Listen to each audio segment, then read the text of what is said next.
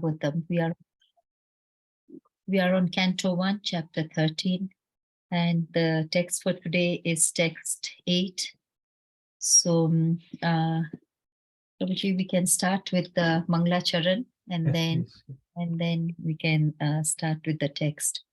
So, any volunteer? Shashwin, are you there? Hare Krishna. Yes, Mataji. Would you like to do the Manglacharan, or are you tired from yesterday's dancing and singing? No, Mataji. I can do it. You can do it. Okay. Hare Krishna. Hare Krishna. Om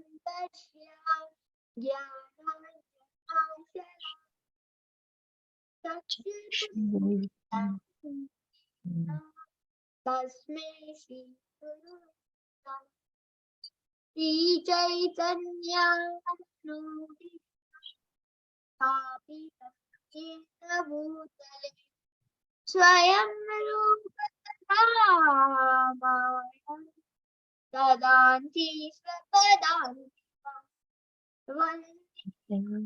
Shri Guru Shri Guru Vans Shri Rupa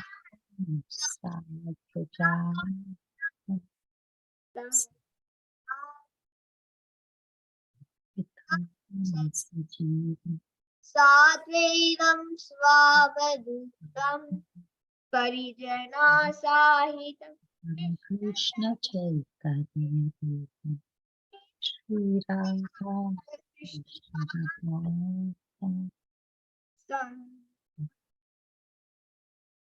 Shri Vishaka Vitas Krishna Karuna Sindhu Nina Bandhu Jagatpati Gopi Shagopika Kanta Radha Namostute Kanchana Gaurangi Radhe Vrindavaneshwari Krishna Sute Vati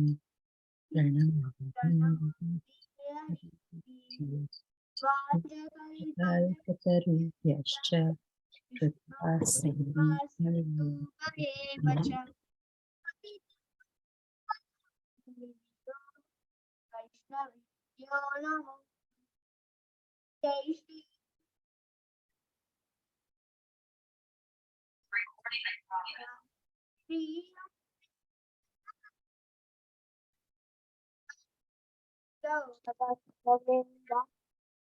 Hare Krishna, Krishna Krishna, Hare Hare, Hare Rama, Rama Rama, Hare Hare, Hare Krishna. Hare Krishna. Thank you very much, Ashwin, for the wonderful Manglacharan.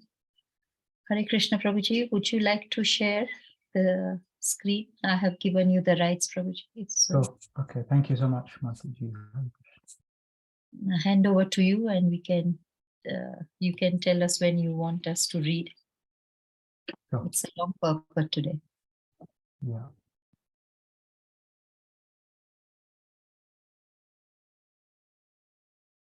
Okay, can you see that? Yes, Prabhuji, we can see. Okay. Okay, Hare Krishna, everybody. So, yeah, as Mataji said, today we'll be looking at Srimad Bhagavatam, Canto 1, Chapter 13, Text 8. So this is, I gave a class on Monday, but previously I prepared for this verse, and then the verse changed. But somehow, by Krishna's arrangement, I'm able to do the verse which I originally prepared for as well. So, yeah, so we'll get started. Om Namo Bhagavate Vasudevaya. Om Namo Bhagavate Vasudevaya.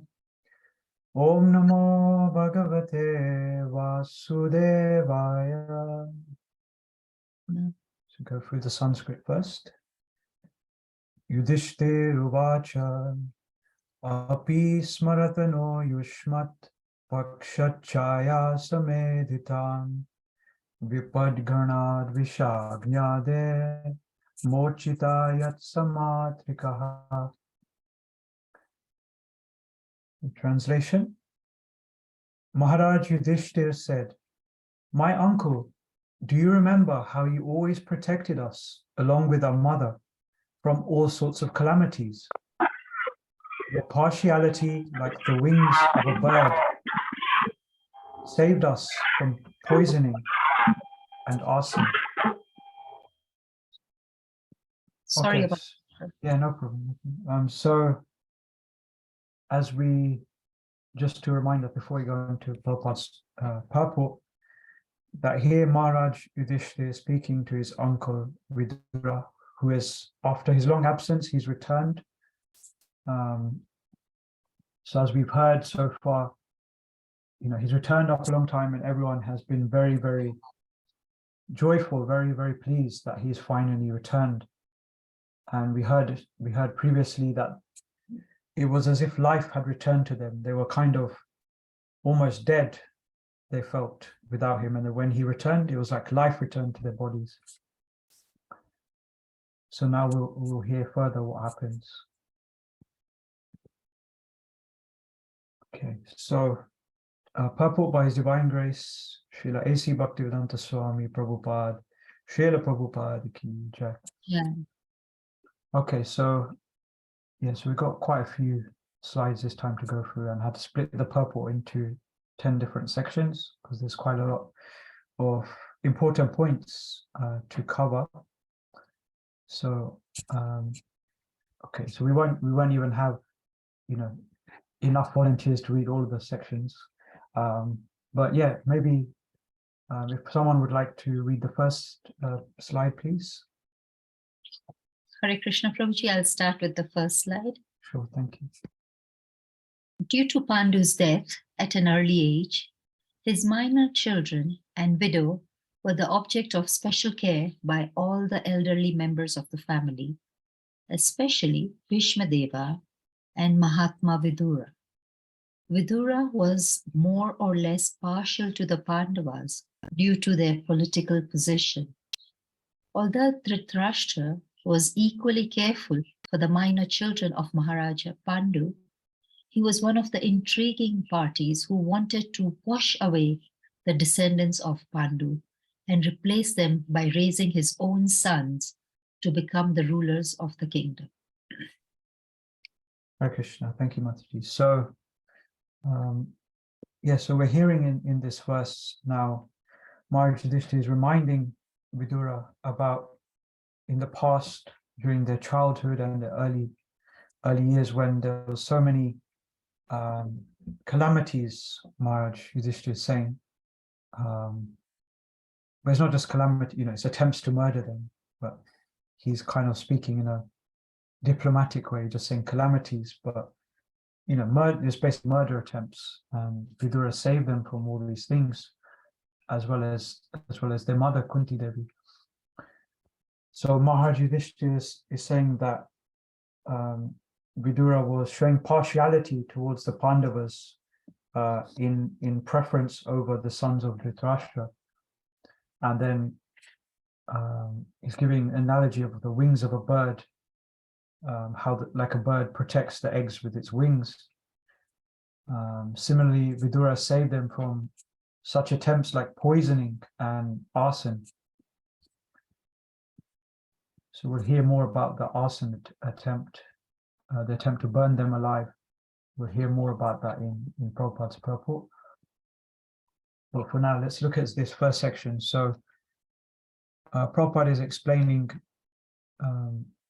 why he was showing special care to the Pandavas, and not just him, also mentions Bhishma Dev as well.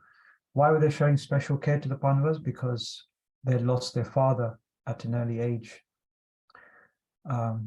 So Prabhupada is saying here, he was partial due to their political position. So you could say they were in a vulnerable, without their father, they were in a vulnerable political position. They were still very young at that time. So yeah, because of that, it seems that Vidura was partial to them because he is showing special care to them. And then it says here that even Dhritarashtra seemed like he was also similarly caring for them, because it says that, you know, he's taking care. So externally, it seems like he's also on their side. But then at the same time, Prabhupada is saying he was involved in intrigue to wash them away, to kill them and get rid of them, and instead place his own sons on the throne. Because obviously we know he was always bitter that simply because of his blindness, even though he was the older brother, simply because of his blindness, he was considered unfit to sit on the throne. But now his younger brother, because he's passed away, again, Dhritarashtra wants to reclaim the throne through his sons. He can't do it himself, but through his sons, by placing them on the throne. So we can see, like, the you could say, you know, like we say the word two-faced nature being shown here, that on one side, externally, Dhritarashtra is also taking care of them, but internally, he wants them gone, and he's trying to find so many different ways to get rid of them.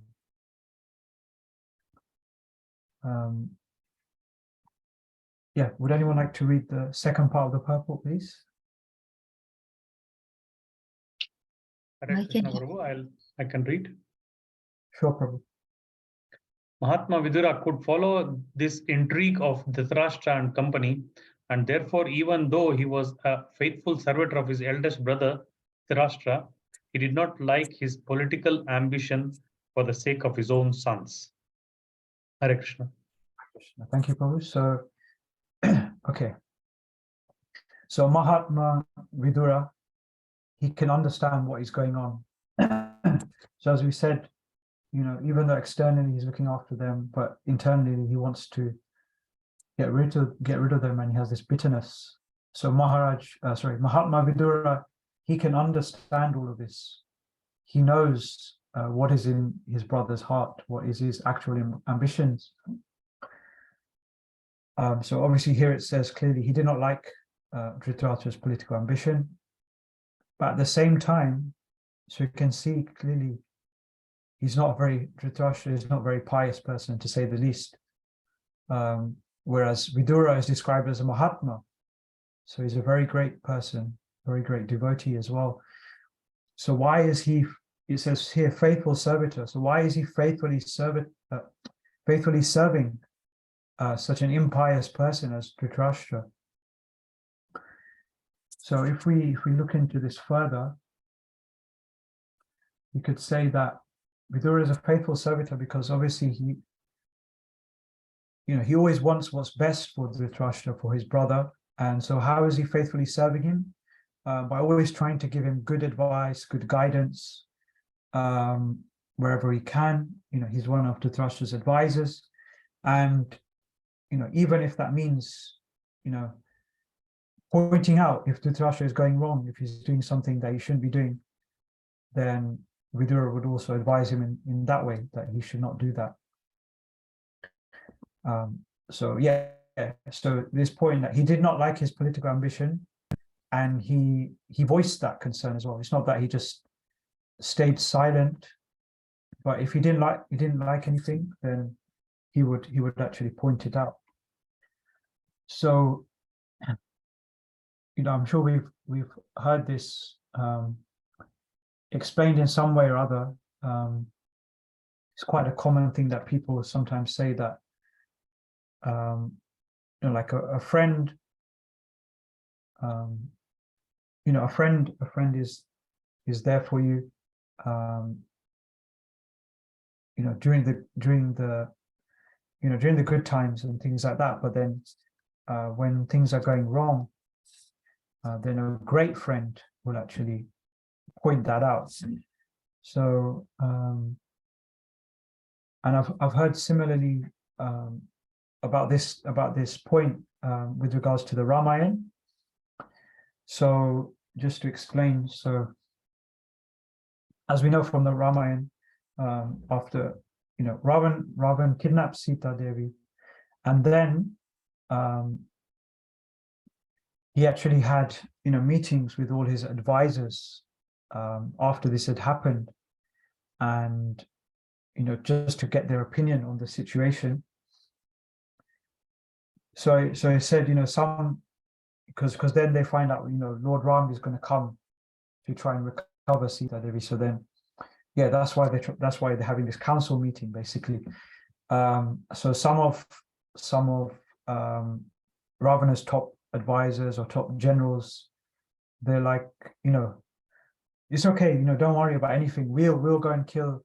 You don't even have to get involved. We'll just, we'll go and kill Ram, and that's it, finished. So you don't even worry. This is, it's fine. And some may be a little bit more cautious and advising him that way. And then of course it comes to so also at this point, after Ravan's brother Kumbhakarna, he is awakened. As we know, due to his situation, he was sleeping for half the year and awake for half of the year. So anyway, after he was awakened, he's obviously, we all know, very, very sinful personality as well. But even he said to Ravan that you shouldn't have done this. It was foolish for you to kidnap Sita Devi. But then he said, but anyway, you've done it now, and you're my brother, so I will protect you. So he also didn't say like you should return her or anything like that. But then finally, Ravan comes to Vibhishan. So as we know, Vibhishan is a very pious personality and he's a devotee of the Lord. So, and similarly, just like this point about Vidura, he wasn't afraid to point out to Dhritarashtra when he was going wrong. Similarly, Vibhishan wasn't afraid of Ravan, and he would say it to his face, that he's going wrong. So Vibhishan, told him, in summary, to return Sita Devi to Lord Ram. And he kind of said that if you do this, then Lord Ram will excuse you, but just please return her.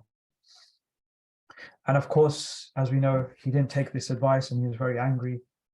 And after this, Vibhishan left. But before he left, I was hearing in one class that he said, if when you're in a position of power, it's very easy to find friends who will agree with everything you say. But it's very rare to find a friend who will actually tell you when you're going wrong, will actually try to advise you in that way to the right path. So yeah, Vibhishan was that very rare friend who would actually tell him the right thing instead of just, obviously he's the king, so everyone's just going to say whatever he said, they're just going to say yes, they're just going to agree with that blindly, even if they don't disagree. Even if they disagree with something, they're obviously not going to point it out.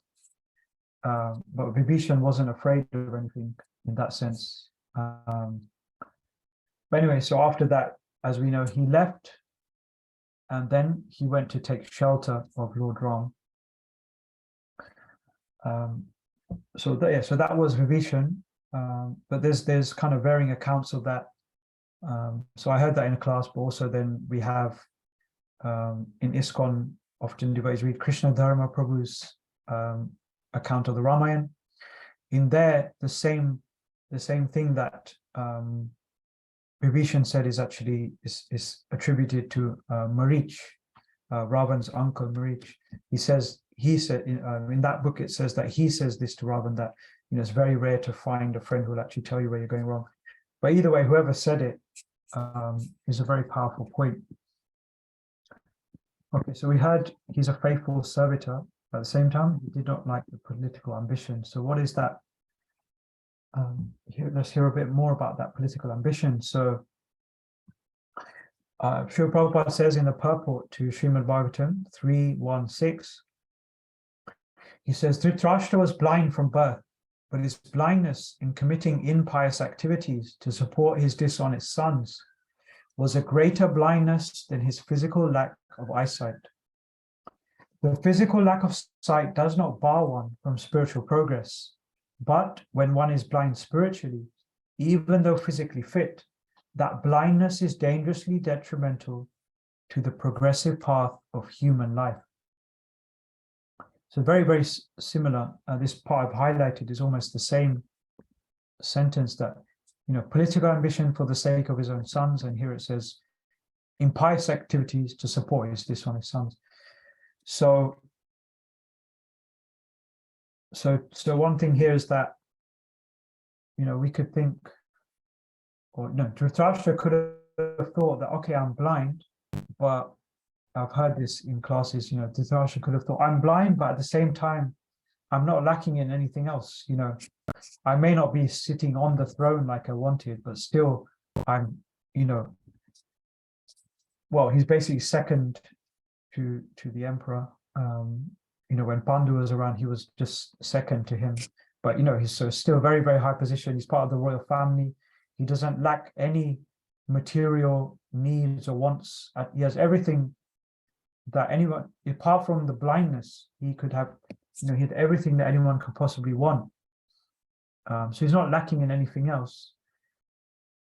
But he didn't see it in that way. He was seeing it from a, if you like, the glass is half empty. He was looking in from that kind of point of view, that he was seeing everything from a negative point of view, that he was focusing on the negative part instead of all those positive parts. And because of that, then he displayed spiritual blindness as well. So Prabhupada is making this point that even though he was physically blind, he could still he still could have made spiritual progress. There's no barrier. Prabhupada says this often, referencing there's one verse in the Bhagavatam, which basically says that there's no what's the word? Yeah, there's no barrier to devotional service. Nothing can stop devotional service. It doesn't matter what status of life you're in, or what situation you're in, what circumstances you're in. Anyone can perform devotional service. Prabhupada says this. So Dhritarashtra had no barrier to do that, but as we can see, he's just interested in political ambition. He's not interested in spiritual life. So then we could say Prabhupada is kind of implying that to be blind spiritually is even worse. If you're physically fit but blind spiritually, it's worse than being physically unfit but but the spiritual thing is there. So I don't know if I explained that properly.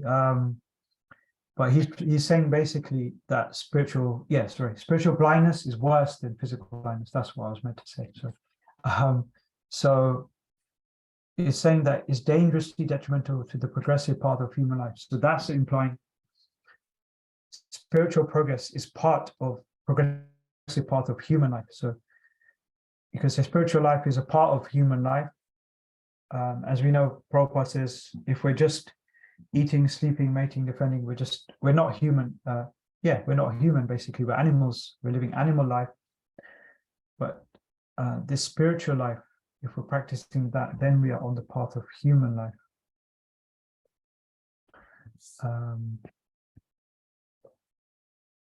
Okay, so do we have another volunteer to read the next section, please?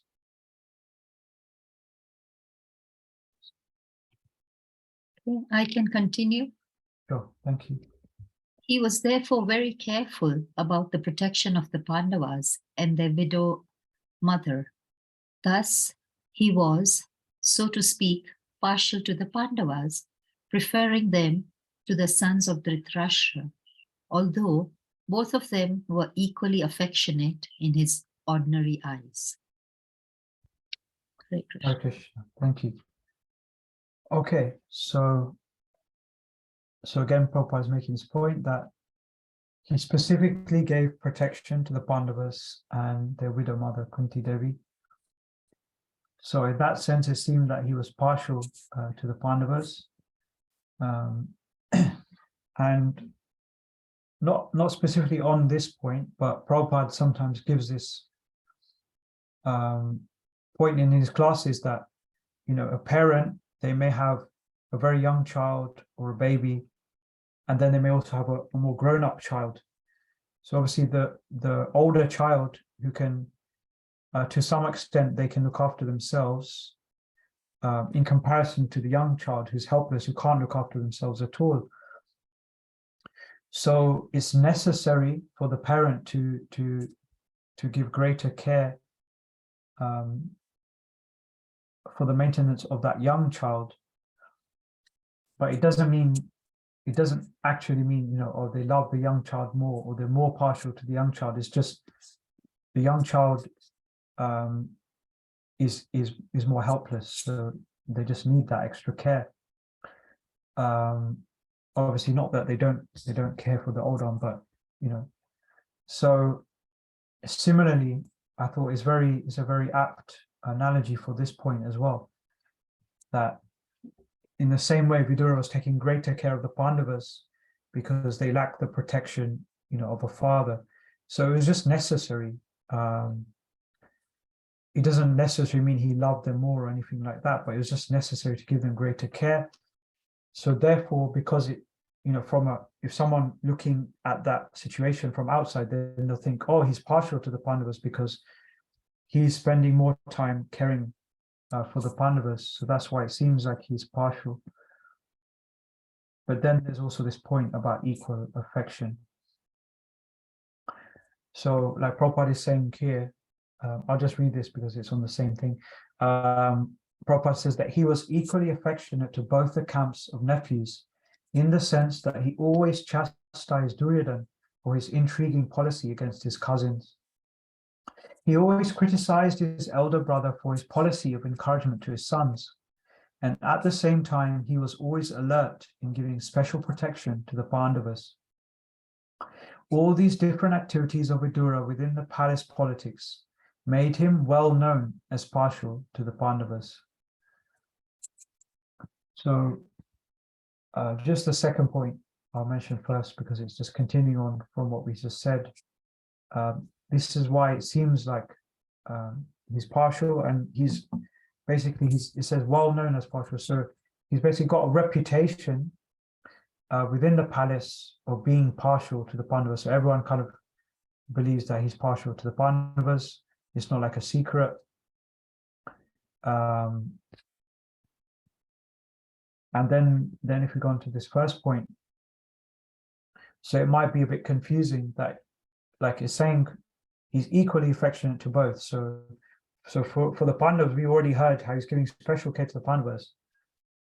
But then in regards to Duryodhana and his brothers, it's saying, it seems to be saying a negative thing, that he's chastising Duryodhana, he's criticizing Dhritarashtra. So that doesn't seem like he's showing them affection. If we read that, you might think, okay, he's only showing affection to the Pandavas. This doesn't look like affection for the Kauravas. But what is that affection? You know, Vidura is described here as being equally affectionate to Pandavas and the sons of Dhritarashtra, even though he disapproved of the actions of the sons of Dhritarashtra. But this chastisement of Duryodhana, this criticism of Dhritarashtra, this is actually his affection. He's not coming from a place of ego, a place of malice, but it's coming from familial affection, from his affection for his family members. He has affection for all of them. So when he's chastising them or criticizing them, he's doing it for their own good. He's doing it because of his affection for them. So again, relates to the point we mentioned earlier when we compared Vidura to Vibhishan. Pointing out where they're going wrong for their own good. But obviously, because of their personal ambition, they were blinded, so they couldn't understand this. So again, this spiritual blindness. So again, they just believed, oh, Vidura is being partial. He's caring for them, showing affection. To us, he's just always disapproving of us, saying, oh, you shouldn't do this, you shouldn't do that. So he's clearly partial to the Pandavas. That's what they were thinking.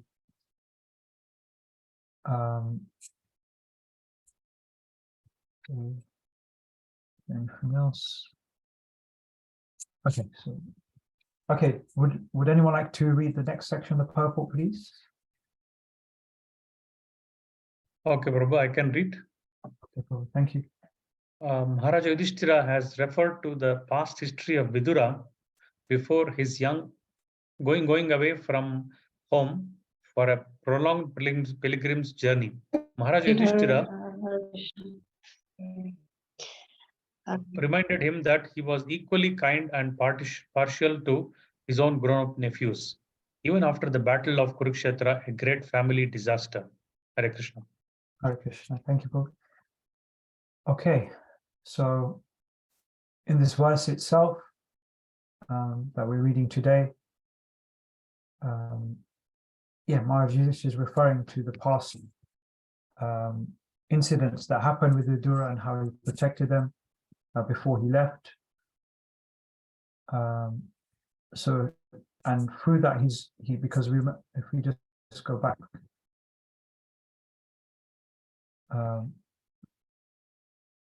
when Maharaj Yudhishthira is referring to that partiality, so he's kind of saying that he's still partial to them. And Prabhupada is saying even after the Battle of Kurukshetra, which is a great family disaster, still he has that same kindness and seeming partiality to them. So just to look at this further, we can see, the Pandavas, they're now grown up, they're now adults, so they don't actually, technically, they don't need that special care anymore. So it's not necessary for Vidura to give extra care to them, but still, Prabhupada is making this point that even though they're adults now, Vidura is still equally as kind and partial as he was to them when they were children. And this point about, Prabhupada saying, even after the battle, so it's kind of saying that after the battle, because it was a great family disaster, it could be understandable that Vidura might be less kind and partial to his nephews. Why is that? Because obviously so many family members, pretty much almost the entire family was wiped out in the battle. So as we mentioned, Vidura has affection for all the members of the family, so he's lost so many family members himself as well. But he didn't feel any bitterness, because obviously he could think, oh, the Pandavas won, so it's the Pandavas' fault. They killed all my relatives, or all our relatives. And if it was a materialistic person, they would probably have some bitterness. Which we can easily understand. Someone to feel like that you killed my relatives. But obviously we know Vidura, we mentioned before, he's a pure devotee of the Lord, so he didn't feel he didn't have any ill feelings towards the Pandavas. So that's why Prabhupada is pointing this out, that even after the battle he's still the same. Because Vidura can understand it's not the Pandavas' fault. It's not, ultimately, the whole battle was Krishna's arrangement. He wanted it to happen. And as a devotee, he just wants whatever is Krishna's will, he wants that to happen. He wants to serve Krishna's will. So therefore, for him, this is just how it's meant to be. Krishna wanted it, so it happened. So what's the point of feeling any bitterness? The Pandavas were just instruments. Okay, so this is referring, so in the verse itself, we heard Yudhishthira Maharaj mentioned arson and poisoning. So with regards to the arson, Srila Prabhupada is saying here, before the battle of Kurukshetra, Dhritarashtra's policy was peaceful annihilation of his nephews. And therefore he ordered Purochan to build a house of luck at Varanavat. And when the building was finished, Dhritarashtra desired that his brother's family lived there for some time. When the Pandavas were going there in the presence of all the members of the royal family, Vidura tactfully gave instructions to the Pandavas about the future plan of Dhritarashtra. This is specifically described in the Mahabharata Adi Parva 144. Okay, so you could say very interesting and perhaps even confusing choice of words here. Peaceful annihilation. It seems like a very contradictory use of words, doesn't it? So what is Prabhupada trying to say here? It's not so confusing. I took it to understand that it just means Dhritarashtra, he was trying to annihilate the Pandavas through any means other than going to war. So he didn't want to actually, he didn't want it to go all the way to actually a full-scale war. So he's trying to find, so technically they're in peacetime, there's no war going on, but within that he's trying to find these other ways to kill them. That's what I understood from this use of words, peaceful annihilation. But yeah, we can see Vidura let the Pandavas know what was going on, and in that way he saved them. Yeah, I think we still got quite a few slides, so I'll just go through the purport now because we don't have so much time. So Prabhupada then says that he indirectly hinted even a weapon not made of steel or any other material element can be more than sharp enough to kill an enemy, and he who knows this is never killed. That is to say, he hinted that the party of the Pandavas was being sent to Varanavat to be killed, and thus he warned Yudhishthira to be very careful in the new residential palace. So yeah, Prabhupada doesn't explain further what this indirect hint means, but in terms of what is this weapon. But I was just thinking, like it's like he's Maharaj Dhritarashtra, he's given them a gift. You could say he's given this nice palace, and he's saying, please go and live nicely in this palace. So it's like he's giving them a gift, but actually, you could say that one way to look at it is the palace itself, the house of Lak itself was the weapon, because they were being sent there to be killed. That's one way I took it, because I was also thinking when he says a weapon not made of steel like that, is he referring to the fire? But then obviously fire is, as we know, one of the material elements. So I wasn't quite sure what Prabhupada was saying with this. So yeah, as I thought it's maybe referring to the palace itself, but I don't know if later, if anyone has any other ideas about that, we could share that. But then he says he also gave indications of fire and said that fire cannot extinguish the soul, but can annihilate the material body. But one who protects the soul can live. So in these kind of different roundabout ways, not expressing it directly, Vidura is giving hints as to what is going to happen. And he mentions about fire. So then Prabhupada mentions that Kunti could not follow these indirect conversations between Maharaj Yudhishthira and Vidura.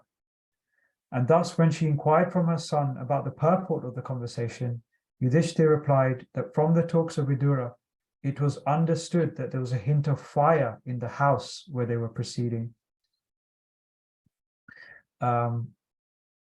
So yeah, so as I said, I couldn't fully understand these indirect hints, but Kunti Devi also couldn't understand. So I guess I shouldn't feel so bad that I couldn't also understand.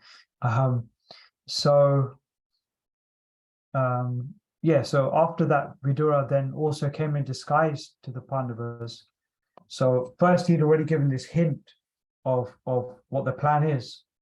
But now once he's found out, once the date is finalized of this murder attempt, then he comes again in disguise to tell them the actual, that, you know, okay, the plan has been confirmed. This is when they're going to do it. And he says that the housekeeper was going to set fire to the house on the 14th night of the waning moon. It was all an intrigue of Dhritarashtra that the Pandavas would die altogether with their mother, Kunti Devi. So I thought this was interesting, just this point that the housekeeper is going to set fire to the house. It's just interesting, like the housekeeper, the person who's looking after the house, is the one who's going to set fire to the house, is going to destroy the house. It's quite interesting there. And by his warning, Prabhupada says, the Pandavas escaped through a tunnel underneath the earth, so that their escape was also unknown to Dhritarashtra. So much so that after setting the fire, the Kauravas were so certain of the death of the Pandavas that Dhritarashtra performed the last rites of death with great cheerfulness. So they were convinced the Pandavas were gone. And now it says Dhritarashtra, not only was he performing the last rites, but with great cheerfulness. So you could say he was no longer, because they were no longer there, they were out of the way. So he felt, I don't need to hide it so much now. Because before we heard he was seemingly just taking care of them, and he was just only just keeping internally and kind of sneakily trying to put these plans in motion to kill them, but it was kind of hidden. But now it seems like he couldn't hide his happiness, you know, that the Pandavas are out of the way.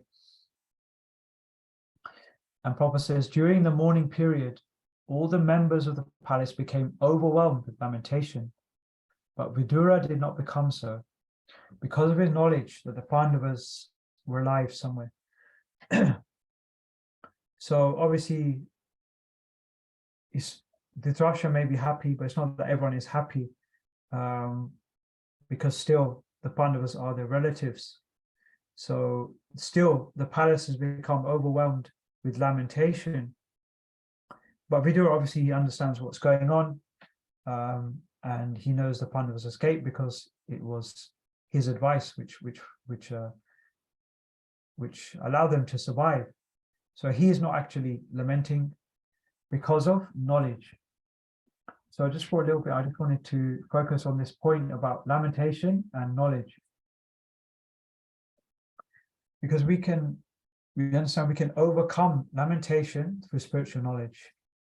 So I just want to spend a couple of slides on this point, that because of the knowledge that he possessed, Vidura did not become overwhelmed with lamentation.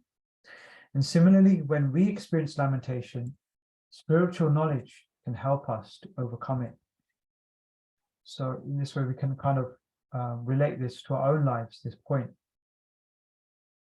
So first of all, okay, spiritual knowledge, what is that? So Prabhupada explained this many times in maybe slightly different ways, but the main point is spiritual knowledge means to understand three things. So in one of his lectures, Prabhupada says, what is the absolute truth? What am I? And what is my relationship with the absolute truth? So yeah, this is based on one of Prabhupada's lectures. And then he basically saying that the absolute truth is Krishna, who, as we know, is the Supreme Personality of Godhead.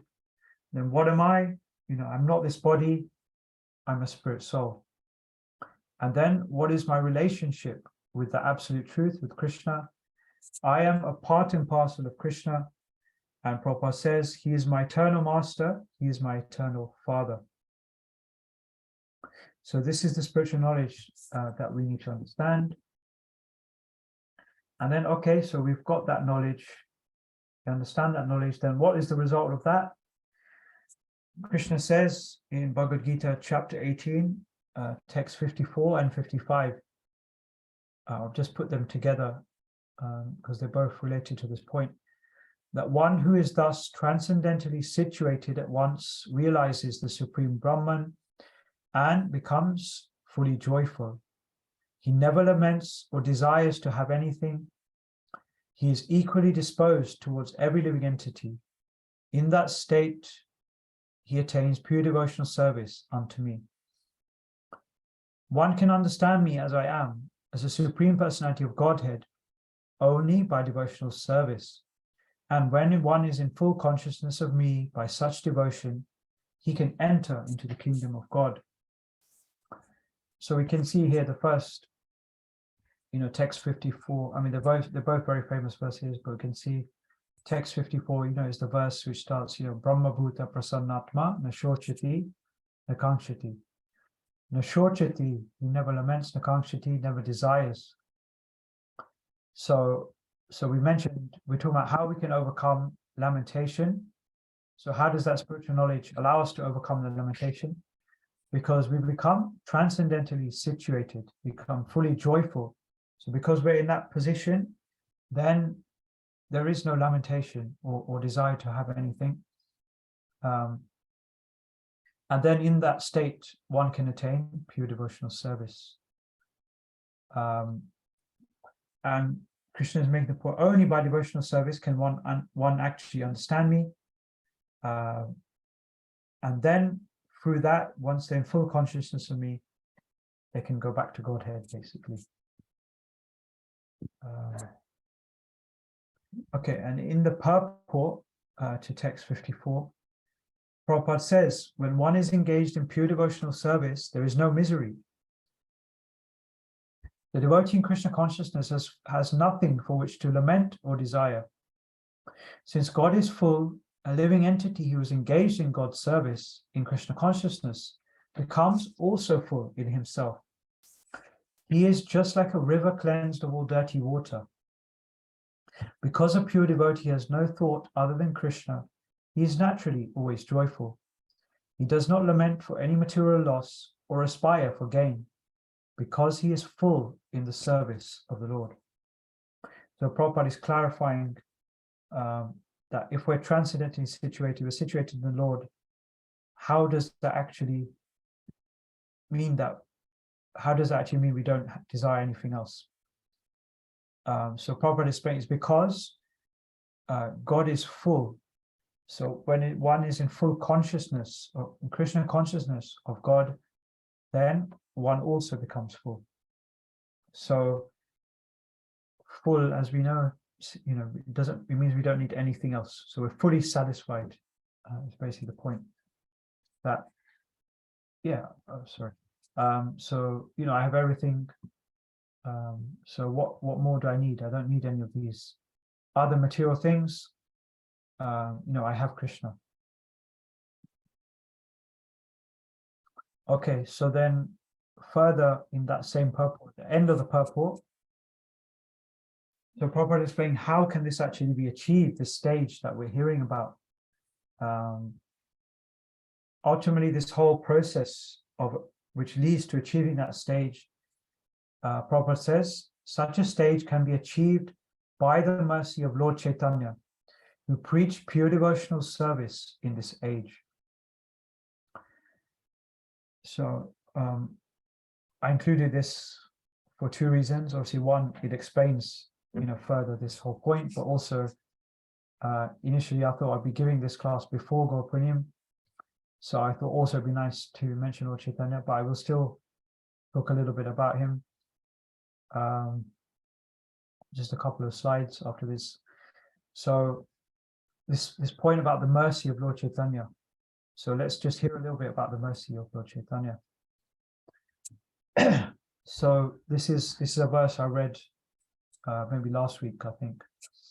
In the CC Madhya Lila, chapter 10, text 119. It says, O Ocean of Mercy, Sri Chaitanya Mahaprabhu, let there be an awakening of your auspicious mercy, which easily drives away all kinds of material lamentation. So again, this point about lamentation. By making everything pure and blissful. Indeed, your mercy awakens transcendental bliss and covers all material pleasures. By your auspicious mercy, quarrels and disagreements arising among different scriptures are vanquished. Your auspicious mercy pours forth transcendental mellows and thus causes the heart to jubilate. Your mercy, which is full of joy, always stimulates devotional service and glorifies conjugal love of God. May transcendental bliss be awakened within my heart by your causeless mercy. So we can see here we can see very clearly about the mercy of Lord Chaitanya, this mercy which is very much present in the age of Kali. Age of Kali is the age of quarrels and disagreements. But here it's saying, by his mercy, these quarrels and disagreements can be vanquished. I mean, here it's referring to those quarrels between different scriptures, but we can also extend that to just in general. The quarrels between people in Kali Yuga due to so-called differences, apparent differences between those people based on the bodily platform. When one is on the transcendental platform by following the process given by Chaitanya Mahaprabhu, then those differences are no longer there. People no longer see those differences, but they see how we're all equal. We're all equally servants of Krishna, sons, children of Krishna, ultimately devotees of Krishna. So those quarrels are vanquished in that way. And as we heard in the verse from Bhagavad Gita about being transcendentally situated, in that joyful feeling. So, like it says here, causes the heart to jubilate, full of joy, pure, blissful, all these things, transcendental bliss. So all of this is by ultimately Chaitanya Mahaprabhu's mercy. Because he's the Yuga avatar for Kali Yuga, he's presiding over Kali Yuga. So this process of performing devotional service in order to be free from the effects of Kali Yuga is all being presided over by Lord Chaitanya. It's all due to Lord Chaitanya. And just in an even more simpler way, this mercy of Lord Chaitanya, Prabhupada says in one lecture in Vrindavan, by simply chanting, one gets the highest perfection. That is Chaitanya Mahaprabhu's blessing and gift. So we're hearing about this process that Chaitanya Mahaprabhu has given us. What is the essence of that? Chanting Harinam. So Prabhupada is saying, simply through that chanting, you can get the highest perfection. So ultimately, that is the gift, the priceless gift, that Lord Chaitanya has given us. And then just the last slide, just to finish off the purport for today. There are many such instances of calamities, and in each of them, Vidura gave protection to the Pandavas on one hand, and on the other hand, he tried to restrain his brother Dhritarashtra from such intriguing policies. Therefore, he was always partial to the Pandavas, just as a bird protects its eggs by its wing. So Prabhupada is explaining the analogy that Maharaj Yudhishthira used in today's verse about the bird. Prabhupada is explaining that with its wings, the bird is protecting its eggs. So it's protecting, obviously the eggs are something which are very, very dear to the bird, and it's protecting them. So by using this analogy, it's saying that similarly, the Vidura saw the Pandavas as something very, very dear to him, and therefore he wanted to protect them similarly in the way that a bird does.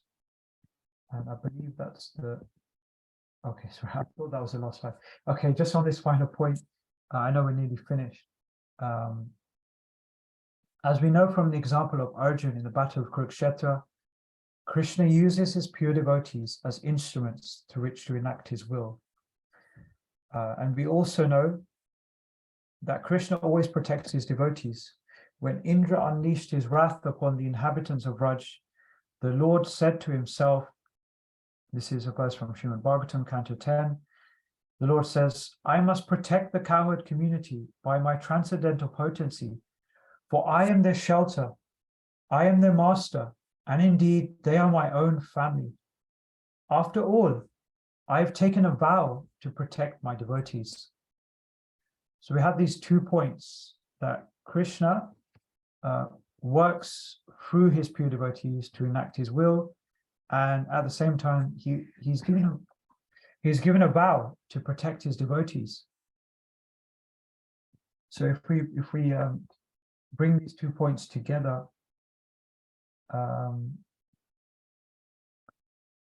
sorry, before that, Prabhupada also says, if by the grace of Krishna one adheres to the regulative principles and chants the Hare Krishna mantra, Krishna will certainly protect him. Indeed, Krishna says that his devotee is never vanquished. Kaunteya pratijanihi name bhakta pranashyati. So yeah, this is also on that second point, the second point of protecting the devotees. But yeah, then if we bring those 2 points together, we can understand that the Lord had been using Vidura, a pure devotee of his, as an instrument through which to protect the Pandavas, who are also pure devotees, from the many attempts to kill them. So yeah, we're bringing these 2 points together, that Krishna was using one of his devotees, his pure devotees, Vidura, as an instrument in order to protect other devotees of his, the Pandavas. So yeah, we can see these 2 points at the same time. So yeah, so I wanted to mention this because similarly, yeah, Vidura protected them from calamities, but ultimately, who is actually protecting them is Krishna is protecting them. So yeah, I'll stop there. I've only got 1 minute or so. So yeah, thank you so much for listening. Hare Krishna. If there's any last words or comments, then please go ahead. Thank you, Mataji. Thank you very much, Prabhuji, for this fantastic session. Are there any questions or comments? Prabhuji, I have a quick comment. You said that Dhritarashtra was a negative, and I feel probably he was also in the state of constant fear that his throne will be taken away, or he might be guilty that I'm taking away something that is not mine. I'm sitting on this throne and that is not mine. So either he was always in fearful mode, or guilty, and he was probably not living in the moment. So right now I'm sitting on the throne, I'm the king, and nothing else should matter to him. And the best for my subjects should matter, whether it is the Pandavas or anybody else. But probably he didn't live in that moment. And I think most of us are like that. At least I'm like that, probably. That I don't enjoy things the way they given to me at that moment, and then you're always worried about the future, or you are always lamenting over the past mistakes and things like that. So yeah, definitely. Definitely the first point as well. Fearful. Yeah, he was obviously always in fear that would be taken away from him, because he's kind of the caretaker of the throne until the Pandavas become old enough, or well, Maharaj Yudhishthira, because he's the oldest, so until Maharaj Yudhishthira becomes old enough to take the throne himself, Dhritarashtra is just kind of the caretaker of the throne.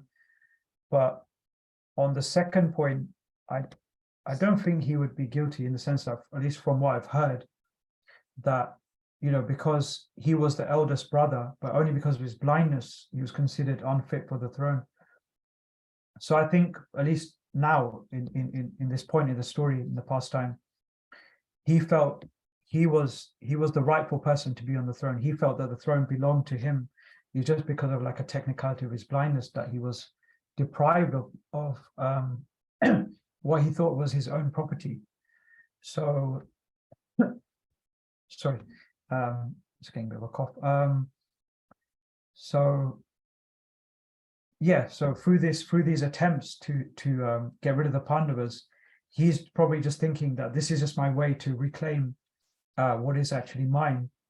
I don't think it would be until all the way until the point where, Vidura then, towards the end, Vidura then instructs Dhritarashtra with the spiritual knowledge and instructs him to leave home and all of that. But I think before that point, I don't think Dhritarashtra would have felt, guilt or, anything like that.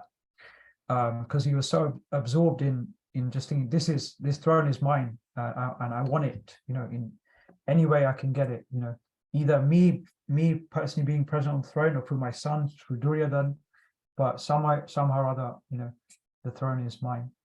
But definitely I would say after then Vidura gave him that knowledge and kind of changed Dhritarashtra's thinking, then I'm sure he would have felt guilty at that time. So yeah, thank you, Mataji. Thank you very much, Prabhuji. Are there any other questions or comments? I know we have exhausted our time. It was a very good session.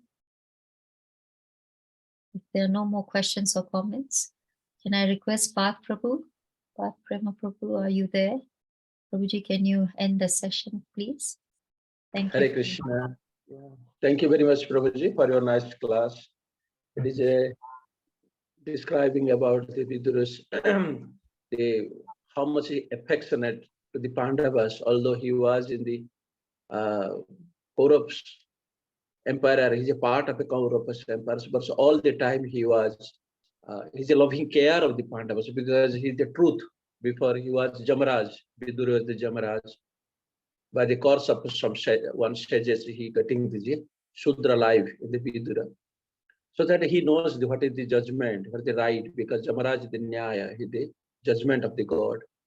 And all the things you are talking about, the Varuna Banta, and also Dhritarashtra, like already Prabhupada purport, it was talking, he is not only physically blind, also he is spiritually blind, so that he cannot understand what is right and what is wrong. He also not courage to protect their children, like Duryodhana, Dusasana, all the Kauravas. But Vidura was there, like he saved all the times. Also, you nice point also, Prabhuji, you mentioned where the Krishna is there. And Namai Bhakta Pranasant, it was quoted. So many dangers are there, but Krishna protects his devotee all the times, like Pandavas, and also as usual ours also. But we are not so deliberate. But Krishna was all the time was protecting the same time. Also same thing. Kunti Maharani also prays. Already we read that one. Wherever there is miseries and difficulties came, Krishna came presently by physically. So this is the thing. He came directly and by his devotee also, like you are telling, by Vidura. He is saved from the Jatugruha, that one, the firehouse and everything, so many things. So that is the most touchable things and learning thing from this chapter, how Krishna saved his devotees. That is the thing. We're supposed to be faith on that. So Krishna will, Abhashya Rakhive Krishna, Vishwasa Palana. Krishna will save her. That is the faith, the firm faith we're supposed to be possessed. Then Krishna will save. It's no doubt. Thanks very much, Prabhuji. And also thanks all the devotees who joined here in this assembly. Please, I request all the devotees, please unmute yourself and chant Hare Krishna mantra for glorification of His grace. And Nikhil Gohil Prabhuji, please join. Hare Krishna, Hare Krishna, Hare Krishna, Krishna Krishna, Hare Hare, Hare Rama, Rama Rama, Hare Hare. Vancha